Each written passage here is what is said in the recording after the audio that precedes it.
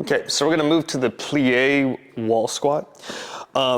This one, we use a lightweight overhead. This one can be a dumbbell or even like a plate if you want. It could also be something very, very light. Or even a band that you could pull apart a little bit at the top. You just wanna have some tension with that you can reach up into.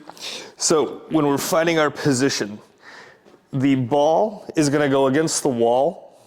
I'm gonna be leaning back against it, and I want the middle of the ball to sort of be pressing into like where my sacrum is, so those two little bony protrusions.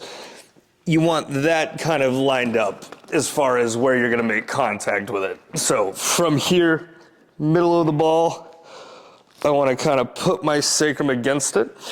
This one actually works better to err on the side of being a little bit too low with the ball contact as opposed to too high. So now, as far as where our feet are gonna go, initially just go a little wider than normal, so I can go, maybe 1.5 hip widths. I can turn the feet out for this one. And then we may need to adjust it, but where you want to end up is when you start to bend your knees and hips, we want the knee to stay on top of the ankle, or you can think of it as your shins would remain vertical. Okay, so that's kind of your guideline. And you'll just have to test out a couple. There's not an exact way to know. So I'd say right around here is gonna be about right for me. As I start to squat, this is still pretty vertical. And then I may adjust it, okay? So now, with the hands, we have our weight, which could be our dumbbell or whatever. We're going to reach this directly up over the head. We want the arms to be straight if possible, okay? And now, think of this squat as a squat that is entirely coming from that lower ab position.